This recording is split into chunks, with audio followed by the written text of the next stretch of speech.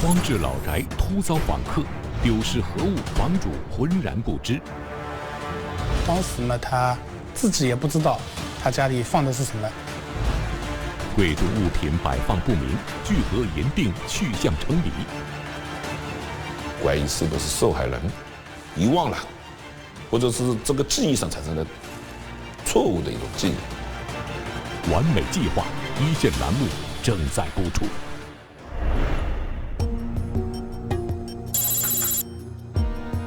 2024年8月16日的傍晚，浙江省温岭市公安局泽国派出所的几名民警匆匆赶到了辖区内的一处民宅。当天是8月16号，下午6点半吧，然后接到报警说家里被翻动，然后我们出警到现场。伊了搿些接应都搿小样勿是个，也勿是我搿小。你家门知道的？唔知道。我是调来搿搭把搿敲门关哦。你家你知道搿是谁了敲门那本开的？搿搭敲门本来被贴了一带个，春熙讲人我不会上来。搿搭贴了一带哈，搿搭也没锁。哈楼上勿是没搿个铁窗锁起啊，哈呗，我可能被搿搭搬到楼上去了。有可能。唔讲，咱们这我在里头盖里，搿盖里头有啥物事个？被衣裳裤吧，你之前帮我看。搿盖里头没物事看的是？好牛！我跟人别讲看来，侬讲我的拿的。搿搭反正被基本上还是搿一层为主。对啊，楼上搿些纪念币过去被是。地都被剥削掉是？关键是说那个玻璃的是。搿些都是看来讲理个，讲理帮我炒料吧，然后再去被结果发的，喊我贴个网就被里头都没过。警方了解到，该房屋归张先生的父母所有。自从父母搬离后，此处住所已经多年无人居住了。房主的话，长期都是在外面做生意的，然后家里面平时也没人在。刚好那天他儿子换季的时候，过来拿一下衣服。然而，当进入房间之后，张先生看到的却是一片凌乱的景象。我就是8月16号回到家里，准备拿几件衣服，然后自己打开柜子的时候，就看到里面的东西被别人翻过，然后我就怀疑应该是家里进小偷了。聚焦一线，直击现场。CCTV 12一线由雕牌独家特约播出。经勘查，现场的确遗留了外人闯入的痕迹。在反复核对家中物品后，张先生提供了一个令在场民警都感到极为震惊的信息：价值高达几百万元的财物不翼而飞了。几百万元的财物怎么会存放在闲置多年的老宅内呢？而且失窃后没有第一时间被发现，民警不禁感到疑惑。如果张先生提供的信息属实，那么这就属于涉案数额巨大、性质极为恶劣的案件，并且嫌疑人很可能是有预谋的作案。那么，这价值高达几百万元的财物究竟是什么呢？真相又是什么呢？据张先生说，为了查清家中究竟有无财物被盗，他便立刻让妻子打电话向他的父母询问情况。他的公公婆婆的话，然后再提醒说，家里其实在2楼卧室还放有那个床底下还放有呢20几块的银锭。张先生从父亲那里了解到，这些银锭在他们老宅里存放已经超过了10年之久。这么多年来，这些珍贵的银锭一直存放在2楼卧室的床底下，可是现在却全都不在了。涉案的金额可能达到200多万的案子。那么对于现在我们这个治安来讲的话，一起200来万的案件，那是一个特别大的一个案件了。按照张先生所提供的线索，警方立刻赶到2楼的卧室去查看究竟。然后床底下翻了之后，也看不到什么东西。在一番细致查找后，警方不仅没有在床底下找到银锭，甚至对张先生的说法产生了质疑。我们去现场看了之后，感觉他家的床底下并没有什么翻动的痕迹，觉得在2楼卧室被窃银锭，觉得是玄乎。尽管张先生说家里丢失了银锭，可是根据现场的情况分析，事情却远非张先生所描述的那样。在床的木格子所放的银锭，那么我们去看了之后的话，觉得为什么说玄乎的话？因为整个灰尘的痕迹来看，每格的灰尘痕迹都是一样的。一般放的这么久的话，如果真的会搬走的话，旁边应该是有灰，中间是应该没有灰的。据了解，张先生1个星期之前曾经来过一趟老宅，据他说，那时家中还未进贼，因此盗贼进入房屋实施盗窃的时间应该就在1个星期之内。那么你说是1个星期前，你在家里是没有进宅的。换句话来说，那么最早进来的也只有1个星期，也就是银锭被窃了1个星期，哪怕有灰尘，那应该也有厚灰尘跟薄灰尘这个区别，甚至呢就没有灰尘跟灰尘应该有这样的痕迹，但是它的痕迹，灰尘的痕迹很均匀。框个位置被搿搭做的。你看，有这框位的位置没样，感觉比较明显。你搿地方嘛，有在方面根本没。但是你搿搭肯定能转好了。搿地方嘛呀，也根本搿样子。所以我搿3床嘛都没搿样子。那就看了。他们看这样子，你看过吗？你乱乱。我想我明确的讲呀，那人这边是对的。我这种对，其实搿搭最不要的，搿搭有东西。你自己忙忙呀，对，搿地方最明显了侬。啊。所以搿个其实方面都没，我墙壁有毛毛，所以你旁边搿个位置，你这个地区完全是有的。你这个而且你这几块，你是最毛的，而且是给的，一个被动。警方根据床下这些分布均匀的灰尘推断，一段时间以来，床下显然没有存放过任何东西。因为这个房子是他们家里人都在外面做生意嘛，一直是控制在这边。那么我们那个2楼卧室的地面的木地板上应该也都是灰尘的，那么应该说有走动的那个痕迹呢，床沿旁边，但是我们也没有看到有这么多的足迹。而另一方面，警方怀疑该案系一人所为，因此他们认为仅凭一个人的力量是根本无法一次性将这些银锭搬走的。我们觉得物品在这里拿走有一点不符实际。那么最后我们再去看分析下去，那么床垫跟竹子的垫全部掀开之后这么重，你一个人在掀的话，能让去搬这个东西。因为1块银锭的话挺重的，我们称了一下，一块银锭的话大概有1-20斤，拿的话肯定要很用力的。另外一个，特别是铁皮盆上面就是一趟进一趟出的一个足迹，1楼又是全部门锁死了，这个没有进来的痕迹，没问题。进出就是从2楼的阳台出来，再往来南面的铁皮盆出去的。那么也就是说，你一次那么你一次怎么可能拿了这么多？20几块银锭，价值几百万元，居然被盗了。可是，警方的初步勘查结果却和张先生的描述大相径庭。第一，张先生一口咬定银锭存放在2楼卧室的床底下，可是经过勘查，那里没有任何放置或者搬动物品的痕迹。第二，20几块银锭总重量呢至少在100公斤。警方分析，嫌疑人绝无可能一次性把100公斤银锭搬走。可是，勘查结果显示，现场只有1名嫌疑人，且只有进出1趟的痕迹。对此进行分析，出现了2种不同的看法。有民警认为呢，可能是这些银锭存放时间过于久远，张先生及其家人出现了记忆上的偏差，把存放的位置记错了。有民警则认为，整个事件呢会不会是自导自演的假案，为的是达到某种不可告人的目的。无论是哪种可能，警方都必须围绕中心现场展开更为细致的调查，排除一切干扰性因素。意外出现的盐锭为何引起众人的猜测？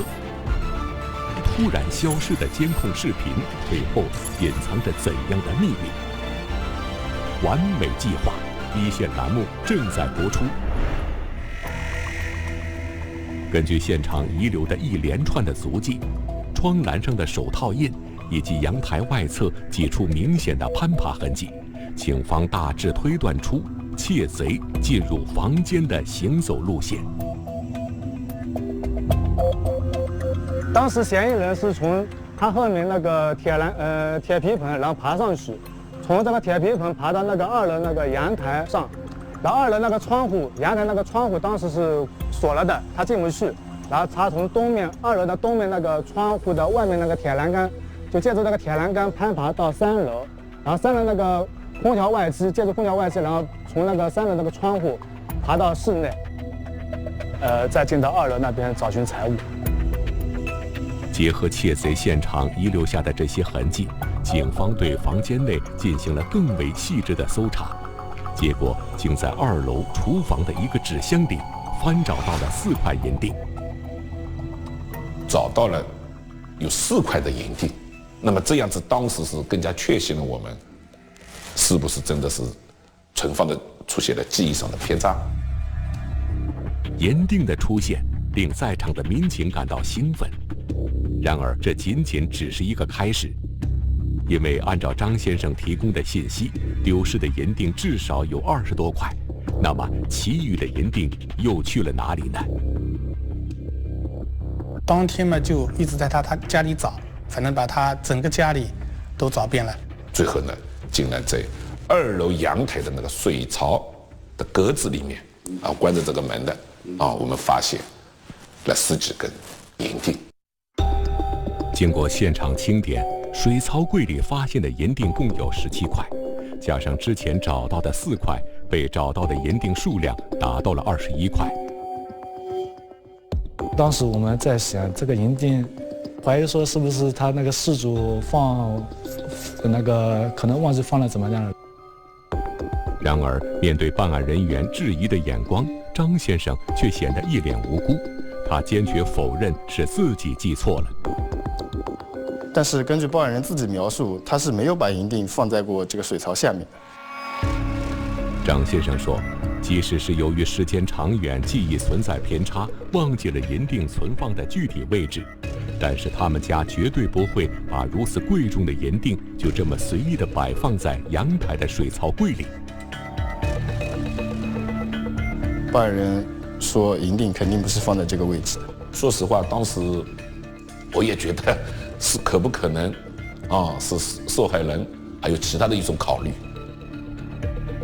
那么，找到的这21块银锭究竟是不是张先生家中存放的全部银锭呢？他自己当时也说是，反正有20来块，具体也不知道，因为毕竟10多年了嘛。虽然找到了银锭，但是仍有诸多疑问摆在警方的面前。银锭的具体数量是多少？这些银锭是谁搬至水槽柜里存放的？窃贼为何没有带走这些银锭呢？那么我们呢，反正按照我们自己的我们侦查这个模式，反正查实要有据，查否要有据，然后我们继续在痕迹物证的提取以及那个视频继续进行跟踪。随后通过银锭上提取到的一些生物检材进行比对，很快便有了新的发现。刚好从这个银锭上面对中了一个就是有前科的嫌疑人。警方发现此人名叫黄晓光，贵州省盘州市人，曾因多次入室盗窃被公安机关打击处理过。在确定嫌疑人身份之后，我们并没有马上行动，因为根据我们判断，他可能不是第一次入户盗窃，我们必须要做到人赃俱获。之后，我们就对这个嫌疑人的近期活动轨迹进行了全方位的分析。很快，警方在对周边进行排查的过程中，发现曾经有一个可疑的男子在8月16日当天出现在案发现场附近。大概3、4点的时候，有个骑着摩托车的人路过这边，然后后面又出去了。根据此人的体貌特征，警方判断骑摩托车的该名男子应该就是黄晓光。我们在勘察现场的时候，他当时还来过。尽管张先生已经记不清楚家中究竟存放了多少银锭，但结合黄晓光触碰过银锭这一情况，警方不排除银锭存在丢失的可能性。但是我们分析的话，既然他把它搬到外面阳台了，应该有银锭带走，但是几根带走，我们是不清楚的。警方怀疑阳台上的这些银锭很有可能是黄晓光从屋中搬至此处的。至此，警方更加确认银锭的数量一定不止21块。据此分析，嫌疑人在盗走部分银锭之后，必定急于脱手变现。于是，民警立刻在全市范围内对所有的金银店铺展开了调查。8月16号，下午一个是2点，还有一个是5点多，反正一直出现在沐浴有一条街上，那边的话基本上都是卖那种银器，然后金器那些的店。警方发现，在这期间，黄晓光曾多次出入一家银器商店。他那个1点多的时候进去，然后是3点钟出来。警方怀疑黄晓光很有可能将手中的银锭卖给了这家店铺，于是办案民警马上前去查看。店里的话是1点钟到4点钟，整段视频没了。其他的话都是正常的，然后就问那个店主们是为什么这个没有了。面对民警的盘问，店铺老板陈亮最终说出了实情。然后说有个人过来卖银锭，然后大概是4块，4块的话称了，他是跟他谈好价钱是36万元。就在收购这些银锭的过程中，经验老道的陈亮一眼就看出，黄晓光手中的这几块银锭肯定是非法所得。原本陈亮心里明白收购赃物的后果，起初并不想招揽这笔生意。然而当他发现黄晓光并不了解银锭的价值，只是急于将手中的赃物出手，根本不在乎价钱的高低，于是他便立即改变了主意。但是由于担心自己收赃的行为被人发现，于是便关闭了店铺里的监控设备。店主的话，后面当天下午就又转手了，转了41万，他反正店主是直接赚了5万。经过陈亮辨认，出售这些银锭的正是黄晓光。由于当时手头上没有足够的现金，当时黄晓光从他这里仅仅拿走了7万元。第二天又等于说他自己把赃物卖了嘛，然后有现金了，然后去银行取来，又给了他20万，等于说一开始7万，一个20万，反正还少他9万，然后说现金没有取不了，一下子取不了这么多嘛，然后叫他再过几天再过来拿。真相即将浮出水面。警方分析，案发现场剩余的21块银锭应该是黄晓光一次性无法全部盗走，所以将其挪动了位置，暂时隐匿在了水槽柜内。另外，结合视频追踪信息，警方发现，在现场勘查的时间段内，黄晓光再次出现在案发现场附近，很可能呢就是准备再次作案来盗走剩下的21块银锭。由于店铺老板陈亮还欠着黄晓光9万元的赃款，警方认为黄晓光暂时不会逃离温丽，而且他的活动范围应该离这家银店不会太远。经过2天的摸排，民警终于发现了黄晓光的踪迹，并立刻对他实施了抓捕。恶习缠身，屡教不改，重操旧业，逃避打击，四处漂泊，居无定所。完美计划一线栏目正在播出。2024年8月19日下午4点，警方发现黄晓光进入了市区内的一家台球厅后，便没有再出来。那个台球厅的话，抓捕条件也是挺好的嘛，就封闭的。见此情景，警方立刻进入台球厅，将黄晓光抓捕归案。叫什么名字？叫什么名字啊？这是什么事？随后，警方在离台球厅不远的地方找到了黄晓光作案时骑乘的电瓶车。电瓶车没电了，要去充电，就放在公用的那个停车的地方充电。我们人抓了之后，也带他去辨认那个车。可就在技术人员对这辆电瓶车进行勘验的时候，令人感到惊讶的一幕发生了。这真的是匪夷所思，把电瓶车一打开，那个坐垫储物箱一打开，竟然还有20万的钱在这个储物箱里面，还捆绑得好好的呢。他那个随身的物品啊，就那个枕头啊、牙具啊，也是在那个电动车里面的。警方怀疑电瓶车中发现的这20万元现金，应该就是黄晓光卖银锭所得的部分赃款。那么，为什么如此大的一笔款项，竟被黄晓光随随便便地放在电瓶车里呢？你这样放在后备箱，你就完全放心的啊？不怕被别人拿走的啊？这个你放那个人家也不发觉那个电瓶车里面有钱。是不是觉得这个钱反正来得太容易了，也无所谓了？不是啊。那是什么原因？你自己说。因为现在呢，又没人偷电瓶车，是不是？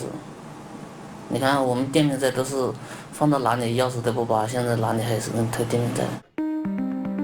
黄晓光说，由于赌博，他欠了别人一大笔钱，为了尽快还上赌债，2个月前他从江苏一路来到浙江温岭，想从这里搞点钱花。你是做什么工作的？我就是做鞋子。刚开始是上半年是种西瓜，种西瓜后来就过来做鞋子，就天气热了，今年的话也不景气，就没做事。就没做事，你无业多长时间了？无业我从江苏过来应该有2个月左右吧。你为什么到这家偷？然后是一开始怎么想的？为什么选择了这一家？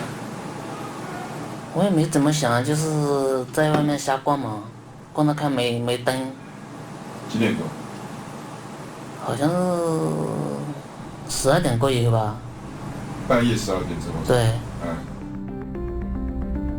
2024年8月16日凌晨，当黄晓光行至温岭市泽国镇一处民宅旁，发现该房屋内似乎无人居住，顿时便萌生了入室盗窃的想法。就从后门那个围墙上面翻上去那个铁皮上去的，我到了3楼，3楼的话就翻到了一个那个像纪念笔一样的，上面写了0.02克的，我就拿走了。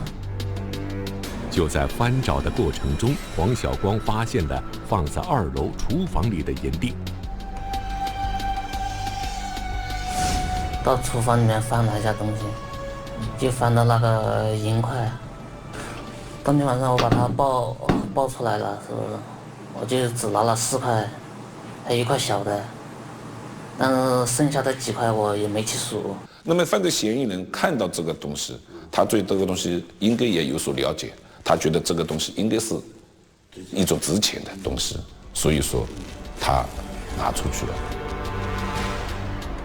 这一发现令黄晓光大喜过望，然而令他感到懊恼的是，这些银锭实在是太重了，他根本无法一次性将它们偷走。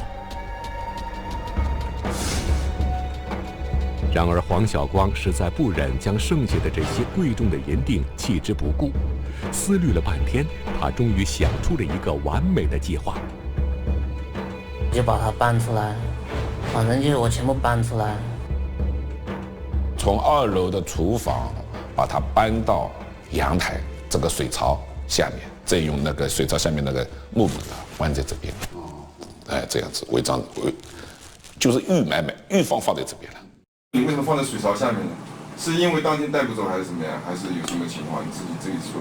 不是，因为我说心里想一下，就是太多了的话，拿去就是怕以后抓到的话判得太重了。那你是拿10块走就好了，为什么还搬到水槽下面？我是先搬出来的话，我想一下是不是，当时搬的时候哪里想拿不到，还要拿到外面看一下子，是不是心里面也害怕。黄晓光之所以把这些银锭放在阳台上，就是打算他将拿走这些银锭变卖后，下次能够轻松地将剩下的银锭再次盗走。我就到那个店里面去，没有拿进去，我就问他要不要这里有没有收那个银的，他是什么银的，我说就是那种装的，他说拿给他看一下子，他看了一下子说太多了，不敢要。不敢要的话，我就说，就是意思就是说少点，也可以。后来他就说就6块钱一克。之后我们通过这个收赃人员追查银锭的去向，发现他已经把银锭卖到重金属回收加工点去了，并且我们在他的手机转账记录里面发现了他销赃的证据。之后，我们就以零口供将这个案件起诉到检察院。黄晓光没有想到，几块银锭卖出了36万元之多。由于担心夜长梦多，事不宜迟，黄晓光当天晚上就想再次作案，将剩下的银锭全部盗走。为此，他还特意准备了一个袋子。勘察现场的过程中，后来我们在全视频追踪的发现，嫌疑人已经，其实我们在看现场的时候，他就在现场转悠。看到他去了2、3家超市，超市的话，后面买了一个大的编织袋，编织袋拿过来嘛，准备去拿回赃物嘛。当黄晓光再次来到案发现场，正准备作案时，他却看到了正在屋内勘察现场的民警。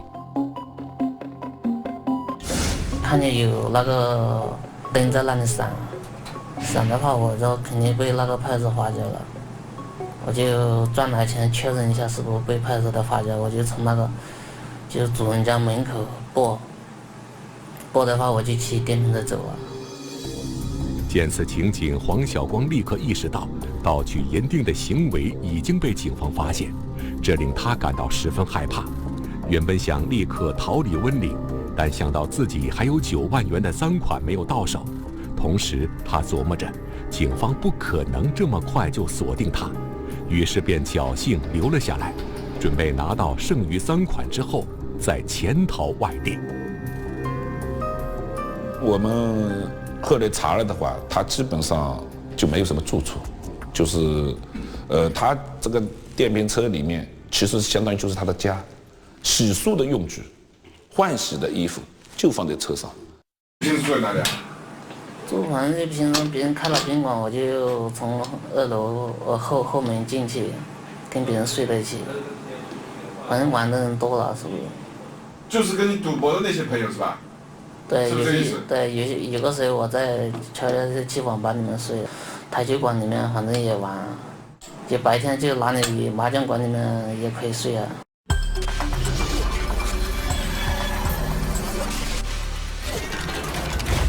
案发之后，为了躲避警方的抓捕，黄晓光呢不敢住宾馆，累了就在网吧台球厅歇一歇，晚上就睡在大桥下或者涵洞里。